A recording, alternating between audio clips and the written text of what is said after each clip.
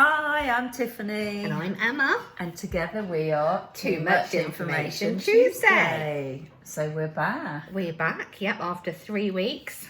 I know, where does the time go? I don't know. It's because it's getting close to Christmas. I can't wait. I love Christmas. I love Christmas. I was listening to Christmas songs in the car on the way home. Oh my God, I haven't started that yet, but I'm thinking about putting my tree up on the 30th of November.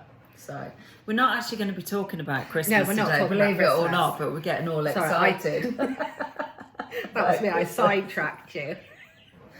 What are we going to talk about today, then, Emma? Well, today, what we thought we'd talk about was, for the past Too Much Information Tuesdays, we've focused a lot on the exterior, looks, body image, how we present ourselves to the world. But today, we are talking about the inside in particular, mental health.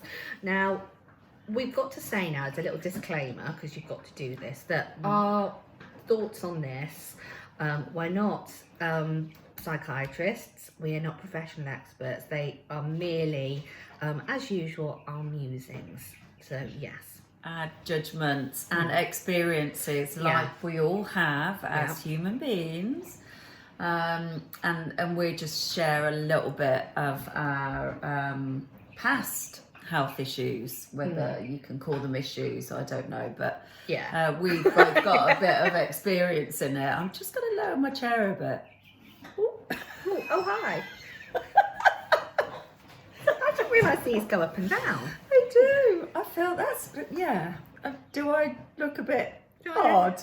No. Do I need to?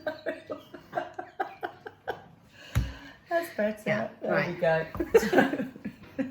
Go on then, you can start. Do you want to share your experiences? Do you know what? Mental health is one of those things do you know what? It's one of those things I actually don't know where to start. Right, so I will go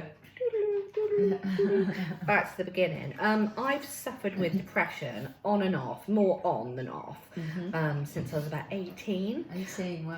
I know. I take medication for it every day. I've had a shit ton of therapy over the years. But now I manage it okay with medication. But it's funny actually, because I was driving over here this morning, and it was about this time 3 years ago that I had. It was the worst, and it was the worst thing that's ever happened to me. I had the mother of all breakdowns. Really? And I was off work for about 3 months. I was so unwell. Wow, that's amazing. It was just, and what horrible. brought that on? Just a combination of... No, I think... I just got divorced. I just separated from my husband at the time. Yes, that's not going to help. I just moved house, and in my infinite wisdom, I decided that it would be a really, really good idea to change my job as well. Right. And I went for one job that wasn't great, but I got another job. And what had happened was, I'd come in, I was working in a nursery, and I'd come in on the back of a massive reshuffle that a lot of people weren't happy about at that time. It wasn't their fault, it wasn't my fault, but it was just a big old shake-up for the workplace. And it wasn't great. And just all those things, I can remember it was around this time, I can't remember the exact date, but I can remember going to work and something really minor happening at work, and I just couldn't stop crying. And it was just, I pretended I had a migraine. I didn't. And I just went home, and I just, and I was signed off. Did you just feel like you just couldn't cope with everything? It was just an overwhelming sense of this is too much. It was awful. And I left there, and I went home, and I rang the doctors, and I was like straight in the doctors, and I was signed off, and then eventually I left that job. But it was I think sometimes things work in weird ways that you shouldn't be doing that. I know that it probably didn't feel right at the time, and you call it a breakdown. Perhaps it was just you were just overwhelmed, and the tears of frustration or whatever. It was sometimes it was horrible. Things happen for a reason, don't they? But it's funny because 3 years on, it's the same time of year, but I'm in a completely different place. It's which is amazing. So it's one of those things. It sounds like a cliche, but I can remember at the time, and I was never suicidal or anything like that. But I can remember at the time thinking, I'm never going to be happy again. I'm never going to feel better. There is a light at the end of the tunnel. Yeah, and there is a light at the end of the tunnel. And going into kind of like, you know, going back to the Christmas thing for a second, I love Christmas, but for so many people, it's really shit. It is, isn't it? It's really shit. Yeah. Or the expense of it all. It doesn't have to be expensive, but people just go over the top, and it's just sad, isn't it? Some people are on their own, and just the peer pressure. Well, I can remember one of the things that was like central to that, you know, everything being too much was, I can remember thinking, how am I going to afford it was my first Christmas on my own, and I was thinking, is it going to be good? How am I going to afford it? You know, is it it was a massive pressure. And I think that's what women do, is put too much pressure on themselves to be the best in everything, you know, cooking, getting it all together, and family and presents, and it shouldn't be like that, really. No, we've got this thing that everything has to be idyllic, and I think that's the pressure that women have in general. Everything's got to be great all of the time. Yeah, because being a backbone, isn't it, of everything, really, especially being a mother. So I can kind of get that. But you're good now, and that's a very small bit of you know, your experience. And I think we all have different experiences, which is obviously very natural. And I think the thing for me is, now I realise that it's actually quite normal to have mental health issues. It's 1 in 3 or 4 people at some time in their life will get some issues of either anxiety, panic attacks, depression. And it's so normal, and I think you think that you're not, but you are. Do you know what? For years, I suffered with depression, and I took medication, and I didn't tell anybody. I didn't tell anybody, and it's really bad. But I didn't even put it on like job application forms and stuff, which I should have done. Don't do that, because I think it's actually illegal. But because I worked with children, I thought, I don't want to put that I've got mental health issues in case they think I'm some sort of, you know, hand that rocks the cradle, Beverly Allet nutter. You know. Well, I'm laughing, but people, when you say to some people about mental health, they think like you are like, you know, proper mental, you know, you're going to rock in your seat and shout and scream.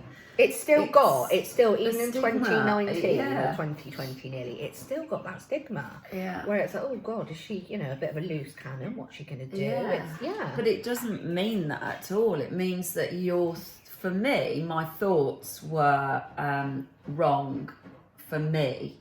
How I saw myself and how I put myself out in the world, I thought that I was being weird and I was strange, and I created the whole thing with my thoughts. My chemical balance in my brain wasn't producing enough of the good chemicals. So I had to replace that also with medication, because not everybody can handle things in certain situations, and I really made myself ill from having these really crazy thoughts about who I was as a person. For me, I got through it through also counselling, having my husband Tim, who is amazing, and just realising that it's okay to feel like that, and each day's a new day, each moment's a new moment. So if I have these weird thoughts about myself, I just take myself through them slowly and realise that I am fine, nothing's going to happen. But I struggled to socialise with my own family at some point. It got that bad that I couldn't speak or communicate with them. It was really bad. Was that your anxiety? Yeah, anxiety. I still get anxiety now, but I learned to live with it and realise that, you know, it's okay to be anxious. People aren't going to judge me for being anxious or being a certain way, but I still get anxious today, every day, but it's just dealing with it, isn't it, at the end of the day? And some things, you know, anxiety it's normal. It's normal for us to feel anxious if we're going to a new place or meeting new people, or, you know, that is normal. It's how you manage it. Yeah, absolutely. It's, you know. But it didn't feel normal being anxious with friends and family that have known me all my life. Yeah. That was, but I'd created it all. I'd created all of it, but it was awful. And for me, I mean, everybody's experience is going to be different, but for me, I felt like I was out of control in my own body. Do you understand that? Yeah. It's really weird.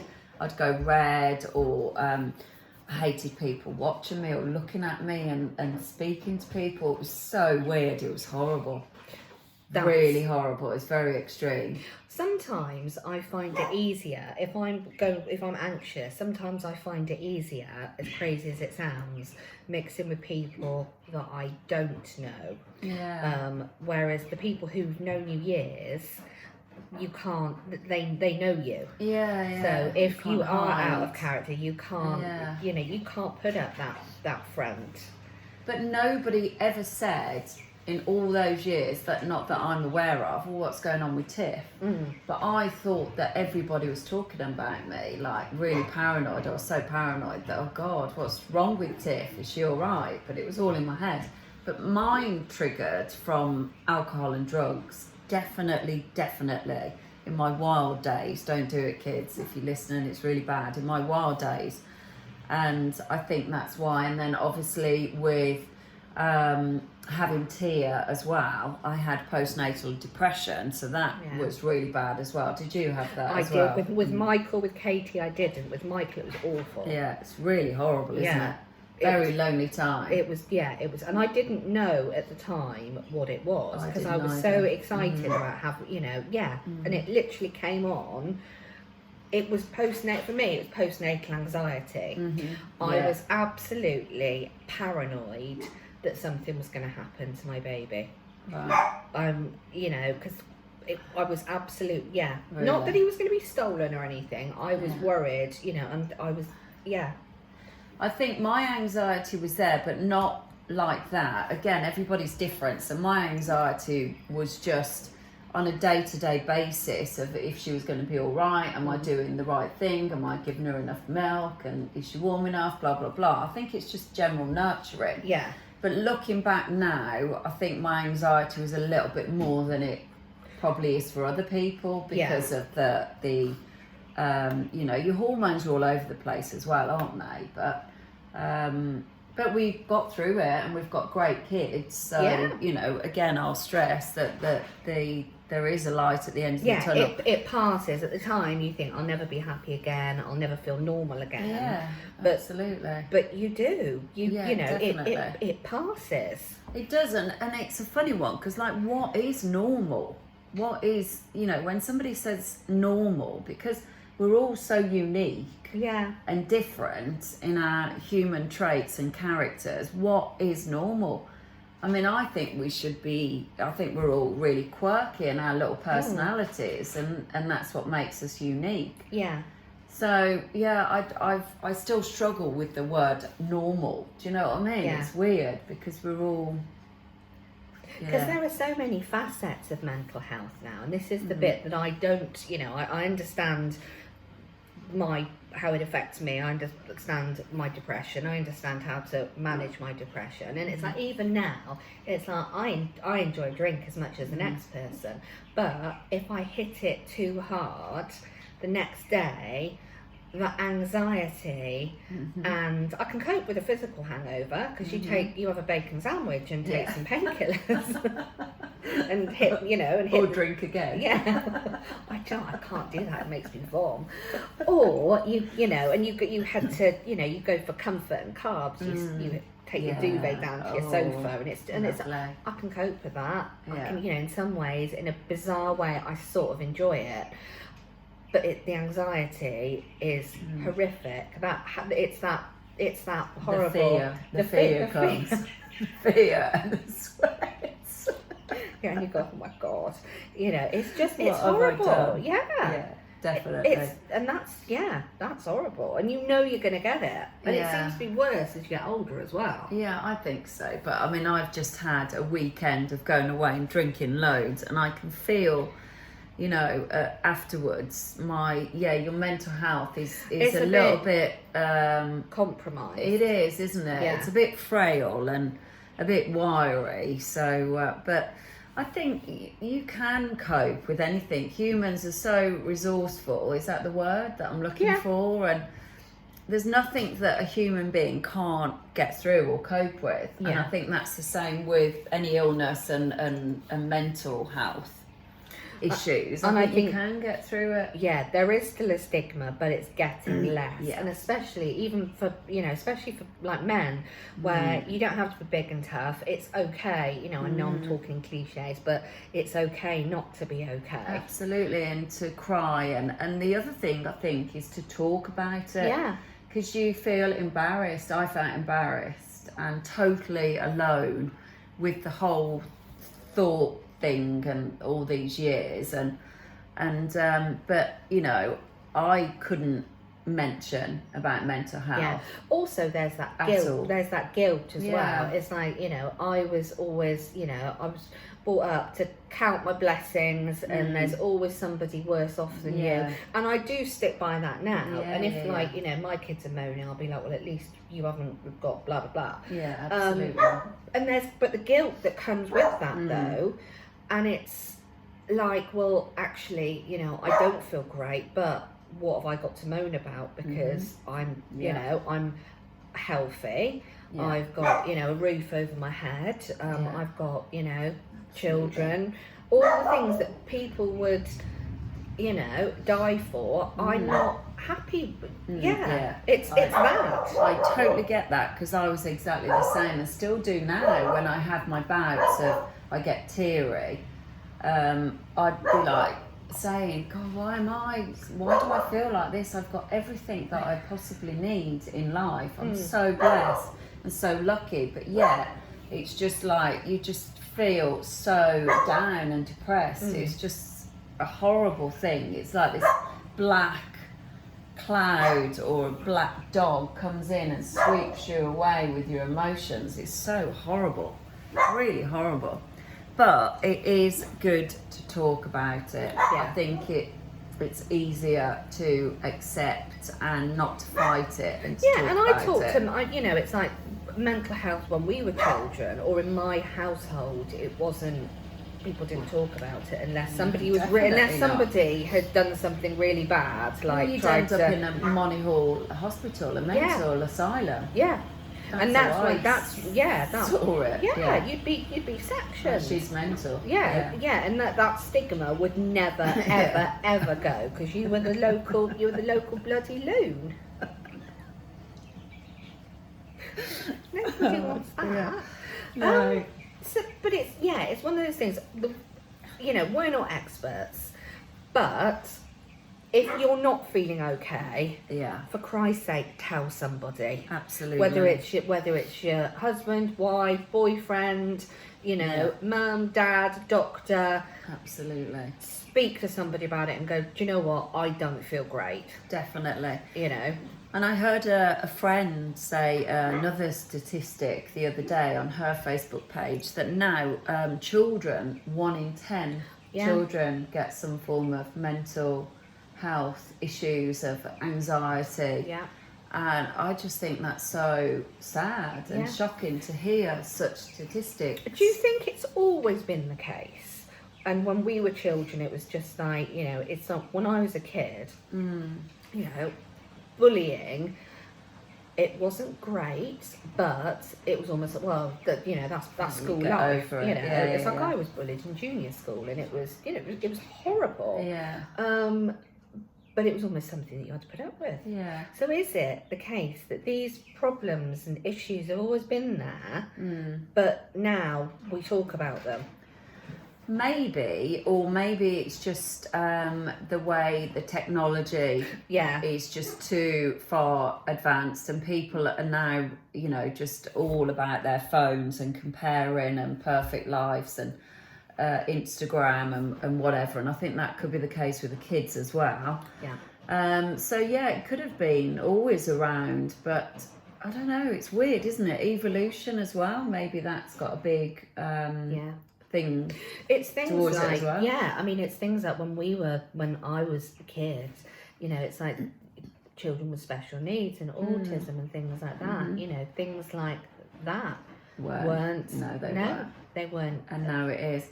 I wonder if it's because people feel more comfortable with having a label, so you can try and understand it, you know, with all the things that kids have, like the autism, the Asperger's, the anxiety issues, the ADHD. Is it because parents feel better knowing that, or labeling their kids, where probably they're perfectly fine as they are, and it's their coping mechanism, you know, as an individual to get through? Who knows? I It's don't know, isn't it? Yeah, It's but really in difficult. the past, I'd say past decades, a lot of things, you know, a lot of new labels and new things have come forward. Yeah, absolutely.